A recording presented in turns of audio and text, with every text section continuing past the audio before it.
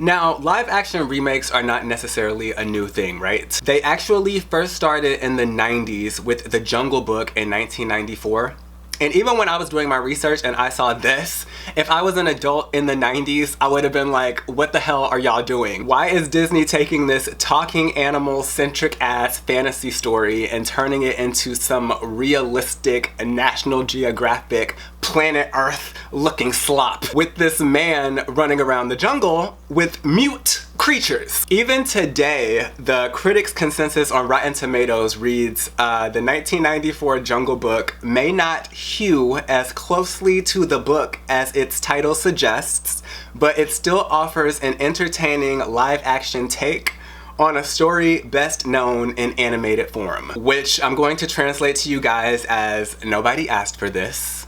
Nobody wanted this. It's digestible if you're bored and have nothing to do for 1 hour and 54 minutes. But go watch the cartoon with the talking animals. I mean, if you have a 5-year-old, are you going to sit them in front of a cartoon, or are you going to bore them to death and select Law and Order Indian Jungle Units? 101 Dalmatians was next in 1996, and obviously this was beyond iconic. This is when we got Glenn Close as Cruella de Vil. She ate that role so bad that I didn't even know her name was Glenn Close until 2015. 101 Dalmatians made $320 million on a $67 million budget, which made it the 6th highest grossing film of 1996. Both of these movies got sequels. Both of the sequels flopped compared to the originals, and I guess Disney took that as a sign to stop. Unfortunately, when they decided to try again in 2010, Alice in Wonderland made $1 billion, and so Disney lost their motherfucking minds with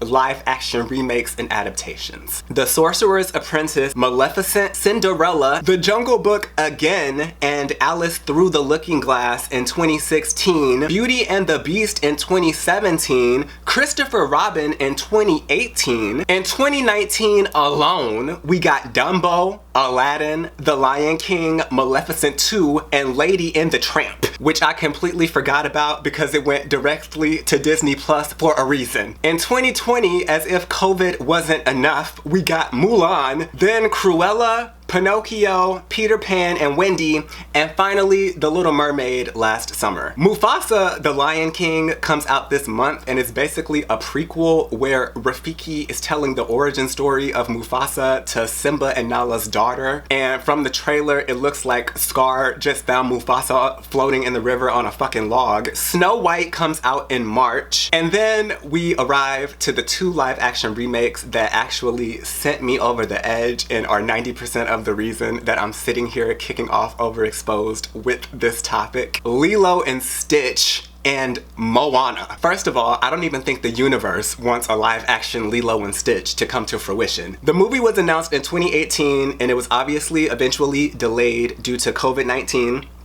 And honestly, I think that was divine intervention. By 2022, they had a couple of rewrites, ended up switching directors, and then it was like, hey, you know, we're finally getting somewhere. But then production shut down because somebody's trailer caught on fire on set, and there was an arson investigation. And luckily, I wasn't making videos in 2022, or I would have been the prime suspect. Then in 2023, there was the writer's strike, and then the actor's strike a few months later. Then when Lilo's sister was cast, the internet thought she was too light-skinned. And then when Lilo's sister's boyfriend was cast, they found out he had a Spotify playlist titled Nigga Noise and was calling his friends Sandy Niggas.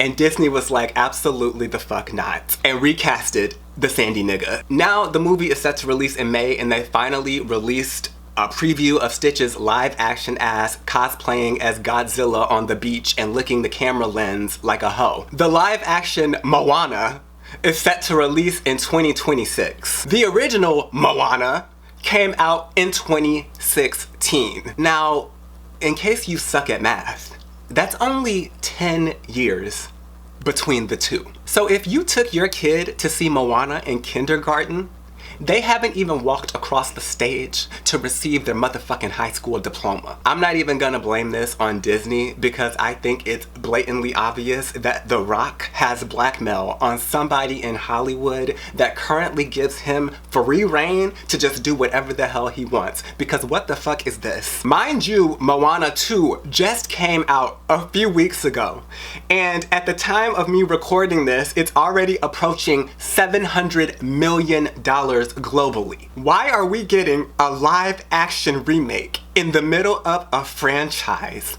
that only started 8 years ago? I feel like this may have started out well-intentioned, you know, like let's take advantage of new technology, right? Or let's slip in some updated modern messaging, you know, to make the story a bit more relatable to newer audiences. Now it just feels like, okay, every few movies or so, we're gonna get lucky and one of them is gonna make $1 billion, regardless of if it's horse shit or not. So let's just keep throwing it out there. And I kinda get it. I mean, looking at the Disney Animation 2020's stats so far, it's kind of bleak. Raya and the Last Dragon, Encanto, Strange World, Wish, and Moana 2. And just as a casual adult, I feel like I heard about Encanto the most, so at the rate they're going, I feel like we're gonna have the live action musical with some random Colombian hoe in 2032. After Moana, they have already announced live action Hercules, Robin Hood, the Aristocats,